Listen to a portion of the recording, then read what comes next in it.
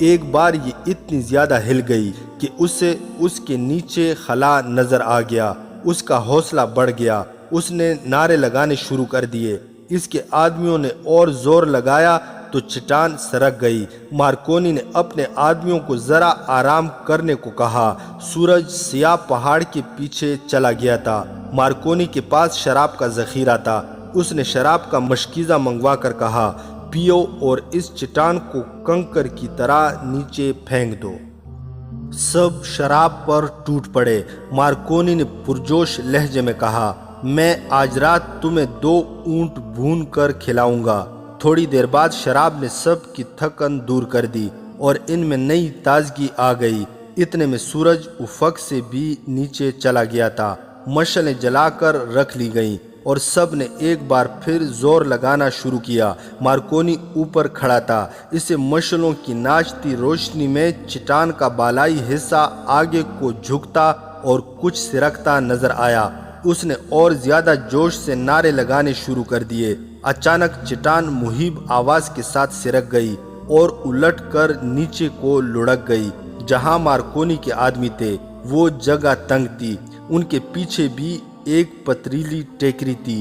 اوپر سے چٹان اتنی تیزی سے آئی کہ نیچے سے آدمی بھاگ نہ سکے۔ روشنی بھی کم تھی۔ پہاڑوں اور چٹانوں میں گھری ہوئی یہ دنیا بیک وقت کئی ایک چیخوں سے لرز اٹھی اور سکوت طاری ہو گیا۔ مارکونی دوڑتا نیچے آیا۔ ایک مشعل اٹھا کر دیکھا۔ گری ہوئی چٹان کے نیچے سے خون بہہ رہا تھا۔ کسی کا ہاتھ نظر آ رہا تھا، کسی کی ٹانگ اور کسی کا سر، اور کچھ ایسے بھی تھے جو درمیان میں نیچے آ گئے تھے۔ مارکونی کو کسی کے دوڑنے کی آہٹیں سنائی دی۔ شاید کوئی بچ بھی گئے تھے، وہ بھاگ گئے تھے۔ اس نے ٹیکری پر دیکھا، وہاں 4 انسان کھڑے تھے۔ ایک بوڑھا تھا، دوسرا اسماعیل، تیسرا مارکونی کا ایک ساتھی جو ہانپ رہا تھا، وہ بھاگا نہیں تھا، اور چوتھا انسان قدومی تھی جو سراپائے خوف بنی کھڑی تھی۔ مارکونی آہستہ آہستہ ٹیکری پر آیا۔ اس نے چاروں کو باری باری دیکھا، سب خاموش تھے۔ سب سے پہلے بوڑھا بولا۔ اس نے کہا، میں نے تمہیں خبردار کر دیا تھا کہ مجھے تمہاری آنکھوں میں موت نظر آ رہی ہے۔ میں نے اپنے فرض کو نظر انداز کر کے تمہیں یہ بھید بتا دیا تھا۔ میں جانتا تھا کہ یہ موت کا بھید ہے اور موت میرا فرض پورا کر دے گی۔ کیا تم واپس چلے جاؤ گے؟ نہیں، مارکونی نے آہستہ سے کہا، میرے یہ ساتھی میرے ساتھ ہیں، یہ میرا ساتھ دیں گے۔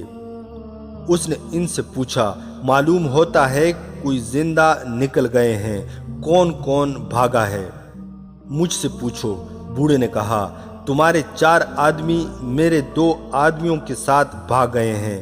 میرے آدمی انہیں باہر کا راستہ نہیں بتائیں گے، انہیں اب اندر ہی بھٹک بھٹک کر مرنا ہے۔ بہتر ہوتا کہ وہ چٹان کے نیچے آ کر مر جاتے۔ یہ موت آسان تھی۔ آج رات کے لیے یہ کام بند کر دو، میں صبح تمہیں اندر لے جاؤں گا۔ مارکونی پر اس حادثے کا کوئی اثر معلوم نہیں ہوتا تھا۔ اس نے بوڑھے کو اپنے ساتھ کھانا کھلایا۔ اسماعیل نے بوڑھے کو ایک چادر دی جو اس نے اپنے اوپر ڈال لی۔ قدومی پر خاموشی طاری تھی۔ وہ ان عورتوں کو بھی دیکھ چکی تھی جنہیں مارکونی نے یرغمال بنا کے رکھا ہوا تھا۔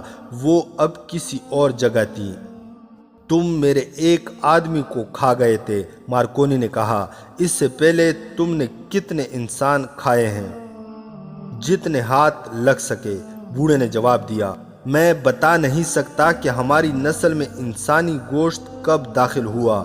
جو تاریخ میرے کانوں میں ڈالی گئی ہے اس میں 15 صدیوں پرانی ایک پیشن گوئی شامل ہے۔ کسی نے کہا تھا کہ جو لوگ خدائے ریمنیس کے مدفن کی حفاظت کریں گے انہیں ریگزار اپنی ٹھنڈی آغوش میں رکھے گا، انہیں پانی اور سائے سے محروم نہیں ہونے دے گا، انہیں دنیا کے لالچ سے آزاد کر دے گا، انہیں سونے چاندی عورت اور شراب کی خواہش سے آزاد کر دے گا۔ انہیں یہ بھی ضرورت نہیں رہے گی کہ وہ اپنے ستر ڈھانپیں۔ ان کے دلوں میں ایک دوسرے کی محبت ہوگی، ان میں کوئی لالچ نہیں ہوگا۔ لالچ ہی انسان کو قاتل، ڈاکو اور بدیانت بناتا ہے۔ وہ کبھی دولت کا لالچ کرتا ہے اور کبھی عورت کا، اس کا دین نہیں رہتا۔ لالچ فساد کی جڑ ہے۔ ہمیں اس لعنت سے آزاد کر دیا گیا تھا اور کہا گیا تھا کہ ایک وقت آئے گا کہ ریمنیس کے محافظ انسان کا گوشت کھائیں گے، یہاں سے باہر جایا کریں گے، انسان کا شکار کھیلیں گے، اور کوئی جانور ملے تو اسے بھی کھائیں گے، اگر نہیں کھائیں گے تو ان کی نسل ختم ہو جائے گی۔ کیا تم آج بھی فرعونوں کو خدا سمجھتے ہو؟ قدومی نے بوڑھے سے پوچھا۔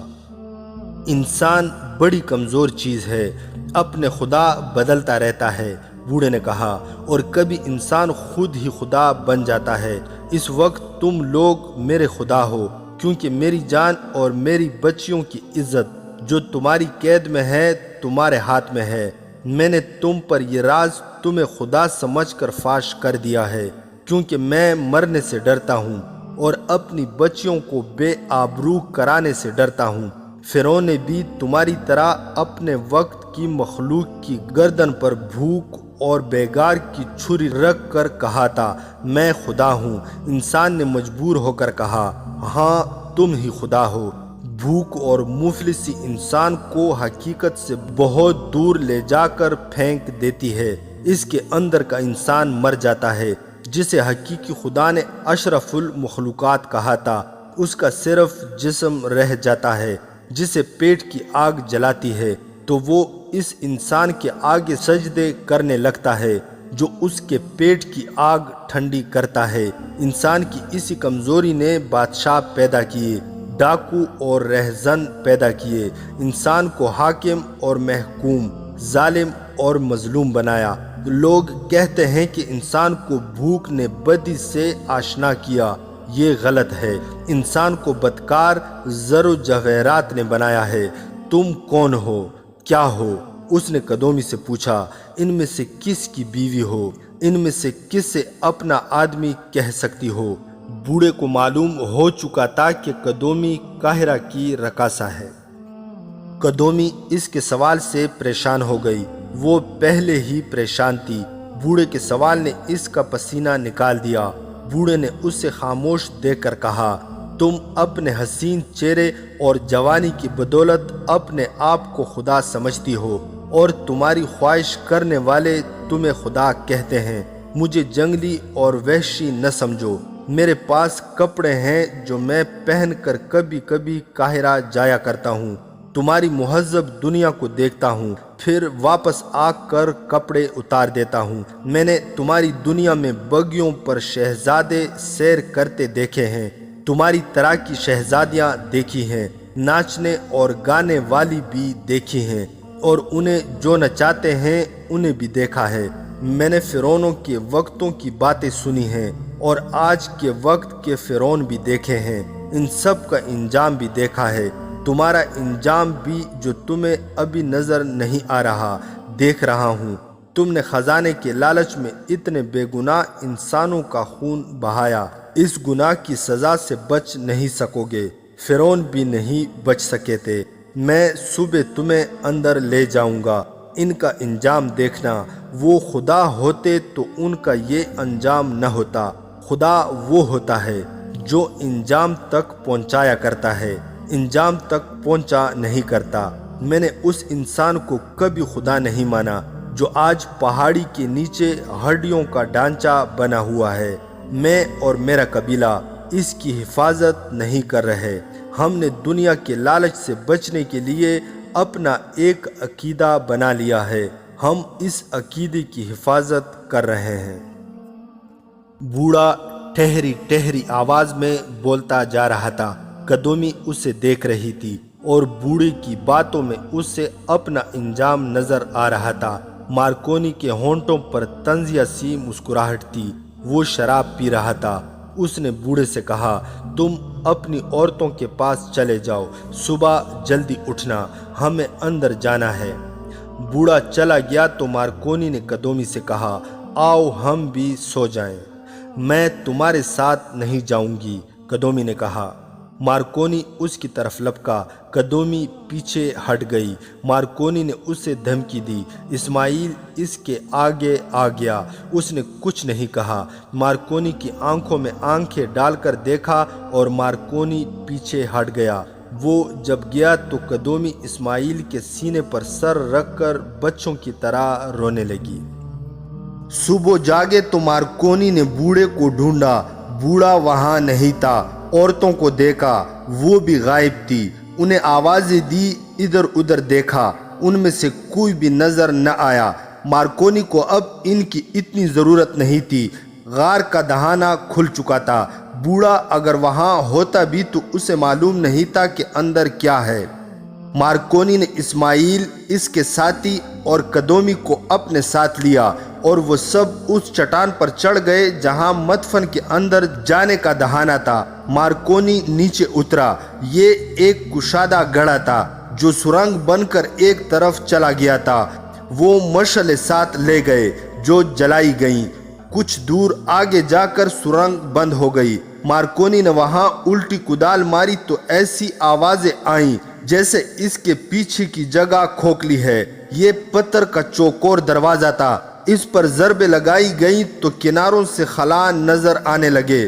سلاخوں اور ہتھوڑوں وغیرہ کی مدد سے اس تراشے ہوئے پتھر کو ہلا لیا گیا اور بہت سی محنت اور مشقت کے بعد اس چوکور پتھر نے اس طرح راستہ دے دیا کہ پیچھے کو گرا۔ اس کے وزن کا یہ عالم تھا کہ اس کے گرنے سے زلزلے کا جھٹکا سا محسوس ہوا۔ اندر سے 15-16 صدیوں کی بدبو جکھڑ کی طرح باہر آئی۔ سب پیچھے کو بھاگے اور انہوں نے ناک منہ پر کپڑے لپیٹ لیے۔ ذرا دیر بعد مشعلوں کے ساتھ اندر گئے۔ چند قدم آگے سیڑھیاں چلی جاتی تھی۔ سیڑھیوں پر انسانی کھوپڑیاں اور ہڈیوں کے پنجر پڑے تھے۔ ان کے ساتھ برچیاں اور ڈالیں تھی۔ یہ پہرے داروں کی ہڈیاں تھیں۔ انہیں اندر زندہ پہرے پر کھڑا کر کے مدفن کے منہ پر وزنی سل رکھ دی گئی تھی۔ سیڑھیاں انہیں دور نیچے لے گئیں۔ یہ ایک وسیع کمرہ تھا۔ یہ زمین پتریلی تھی۔ کاریگروں نے لمبی کدالیں صرف کر کے دیواریں اور چھت اس طرح تراشی تھی کہ یہ 20ویں صدی کی عمارت معلوم ہوتی تھی۔ وہاں ایک ہی خوشنما کشتی رکھی تھی جس کے بادبان لپٹے ہوئے تھے۔ کشتی میں بھی انسانی کھوپڑیاں اور ہڈیاں پڑی تھی۔ یہ ملاحوں کی تھی۔ ایک تاریک راستہ جو کاریگری سے تراشا گیا تھا ایک اور کمرے میں لے گیا۔ وہاں ایک سجی گھوڑا گاڑی کھڑی تھی۔ اس کے آگے 8 گھوڑوں کی کھوپڑیاں اور ہڈیاں بکھری ہوئی تھی اور بگی پر انسانی ہڈیوں کا ڈھیر تھا۔ اس کمرے میں کئی اور ہڈیوں کے پنجر تھے۔ اس سے آگے ایک اور کمرہ تھا جو صحیح معنوں میں شیش محل تھا۔ چھت اونچی اور دیواروں پر چتر کاری کی گئی تھی۔ ایک دیوار کے ساتھ سیڑھیوں پر ایک پتھر کی کرسی اور کرسی پر ریمنیس کا بت بیٹھا ہوا تھا۔ یہ بھی پتھر کا تھا۔ سیڑھیوں پر ہڈیوں کے بنجر اور کھوپڑیاں پڑی تھی۔ قدومی نے ایک کھوپڑی کے ساتھ موتیوں کا ایک ہار دیکھا جس کے ساتھ ایک نیلا ہیرا تھا۔ کانوں میں ڈالنے والے زیورات تھے اور انگوٹھیاں بھی۔ چند اور ڈھانچوں کے ساتھ اس نے ہار اور زیورات دیکھے۔ مارکونی نے ایک ہار اٹھایا۔ 1500 سال گزر جانے کے بعد بھی ان موتیوں اور ہیروں کی چمک ماند نہیں پڑی تھی۔ مشعل کی روشنی سے ہیرے رنگا رنگ شعاعیں دیتے تھے۔ مارکونی ہار قدومی کے گلے میں ڈالنے لگا تو قدومی چیخ مار کر اسماعیل کے پیچھے ہو گئی۔ مارکونی نے کہکا لگا کر کہا، میں نے کہا تھا نا کہ تمہیں ملکہ کلو پترا بناؤں گا۔ ڈرو مت قدومی، یہ سب ہار تمہارے ہیں۔ نہیں، قدومی نے لرزتی کانپتی آواز میں کہا، نہیں، میں نے ان کھوپڑیوں اور ہڈیوں میں اپنا انجام دیکھ لیا ہے۔ یہ بھی مجھ جیسی تھی۔ یہ اس خدا کی محبوبہ کا ہار ہے جو یہیں کہیں مرا پڑا ہے۔ میں نے ان کا انجام دیکھ لیا ہے جنہیں تکبر نے خدا بنایا۔ میں نے اپنا خدا دیکھ لیا ہے۔ وہ اس قدر گھبرائی ہوئی تھی کہ اس نے اسماعیل کو گھسیٹتے ہوئے کہا، مجھے یہاں سے لے چلو، مجھے لے چلو یہاں سے، میں ہڈیوں کا پنجر ہوں۔ اس کے گلے میں اپنا ہار تھا، اس نے یہ ہار اتار کر ہڈیوں پر پٹخ دیا، انگلیوں سے بیش قیمت انگوٹھیاں اتار کر پھینک دی اور چلانے لگی، میں نے اپنا انجام دیکھ لیا ہے، میں نے خدا دیکھ لیا ہے، مجھے یہاں سے لے چلو۔ مارکونی ایک اور کمرے میں جا چکا تھا۔ اسماعیل نے قدومی سے کہا، ہوش میں آؤ، ہم چلے گئے تو یہ سارا خزانہ یہ دونوں صلیبی اٹھا لے جائیں گے۔ اسماعیل کو ایک اور راستہ نظر آ گیا، مشعل اس کے ہاتھ میں تھی، وہ قدومی کو اس طرف لے گیا اور وہ ایک اور فراخ کمرے میں داخل ہوئے۔ وسط میں ایک چبوترے پر تابوت رکھا تھا، چہرہ ننگا تھا، یہ تھا فرعون ریمنس دوم جس کے آگے لوگ سجدے کرتے تھے، لاش حنوط کی ہوئی تھی، چہرہ بالکل صحیح تھا، آنکھیں کھلی ہوئی تھی۔ اسماعیل اس چہرے کو بہت دیر تک دیکھتا رہا، قدومی نے بھی دیکھا، پھر انہوں نے ایک دوسرے کی طرف دیکھا، انہوں نے ادھر ادھر دیکھا تو وہاں بھی ہڈیوں کے پنجر نظر آئے اور وہیں انہیں بڑے خوشنما بکس بھی دکھائی دیے۔ ایک بکس کا ڈھکنا کھلا تھا، انہوں نے دیکھا کہ اس میں سونے کے زیورات اور ہیرے پڑے تھے، ان پر ایک انسانی بازو کی ہڈی اور ایک ہاتھ کی ہڈیاں پھیلی ہوئی تھی، بکس کے ساتھ کھوپڑی اور باقی ہڈیاں پڑی تھی۔ آہ انسان، اسماعیل نے کہا، اس شخص نے مرنے سے پہلے یہ زیورات اور ہیرے اٹھانے کی کوشش کی، اسے امید ہوگی کہ یہاں سے نکل بھاگے گا، مگر دم گھٹنے سے خزانے کے اوپر مر گیا۔ بوڑھے نے ٹھیک کہا تھا کہ انسان کی دشمن بھوک نہیں ہوس ہے۔ اس نے بکس کی طرف ہاتھ بڑھا کر کہا، قدومی تم بھی ہوس لے کے آئی ہو، میں تمہیں کچھ دے دوں؟ نہیں اسماعیل، قدومی نے اس کا ہاتھ روکتے ہوئے کہا، میری ہوس مر چکی ہے، قدومی مر چکی ہے۔ اسماعیل نے پھر بھی بکس میں ہاتھ ڈالا، قدومی نے چلا کر کہا، بچو اسماعیل۔ اسماعیل استاد تھا، وہ ایک طرف گر کر لڑک گیا اور اٹھا، اس نے دیکھا کہ مارکونی تلوار سونتے اس پر حملہ آور ہوا تھا، اس کی تلوار کا وار بکس پر پڑا، مارکونی کی آواز سنائی دی، یہ خزانہ میرا ہے۔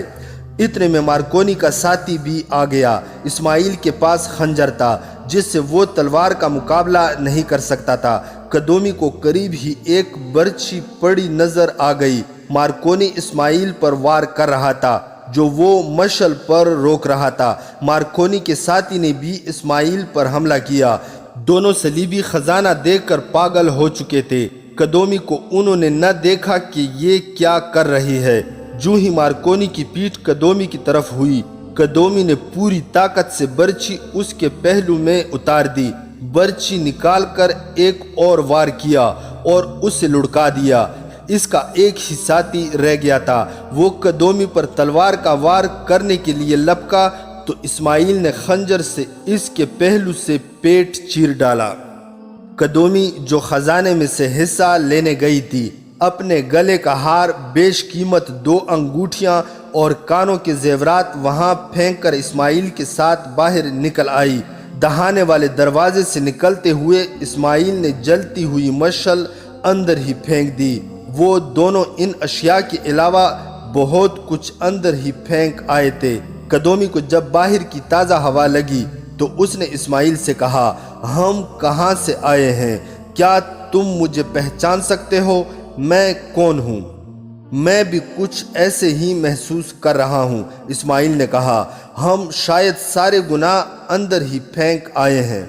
اس علاقے سے باہر نکلنے کا راستہ انہیں معلوم تھا، وہ باہر نکل گئے، باہر تھوڑے سے اونٹ کھڑے تھے، باقی معلوم نہیں کہاں غائب ہو گئے تھے۔ وہ 2 اونٹوں پر بیٹھے اور قاہرہ کی سمت روانہ ہو گئے۔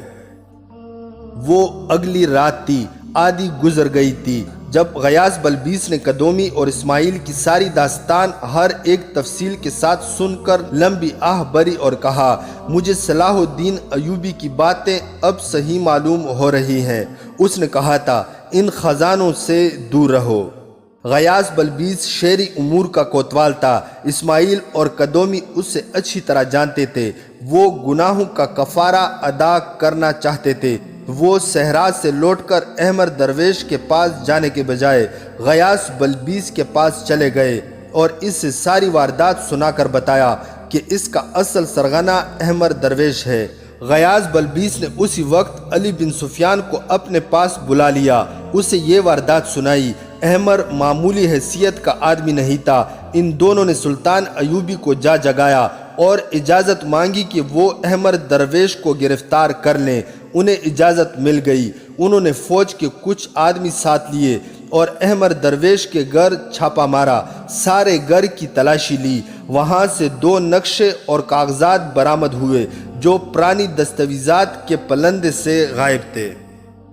صبح علی بن سفیان اور غیاث بلبیس کے ساتھ فوج کے ایک بڑے دستے کو اس پراسرار علاقے کی طرف بھیجا گیا جہاں ریمنیس کا مدفن تھا۔ سلطان ایوبی نے حکم دیا تھا کہ ثبوت وغیرہ دے کر مدفن کو اس طرح بند کر دیا جائے جس طرح پہلے تھا، کسی کو اندر نہ جانے دیا جائے۔ اسماعیل رہنمائی کر رہا تھا۔ وہاں گئے تو وہ جگہ خونچکا کہانی بیان کر رہی تھی۔ فوج کی مدد سے مدفن کے دہانے کو اسی وزنی چوکور پتھر سے بند کر دیا گیا۔ چٹان جو نیچے پڑی تھی اسے فوج کی ایک بڑی جمعیت نے رسوں اور زنجیروں سے اوپر کیا اور فرعون ایک بار پھر نظروں سے اوجھل ہو گیا، مگر اب وہ اپنے جیسے 2 اور گنہگاروں کی لاشیں اپنے مدفن میں لے گیا۔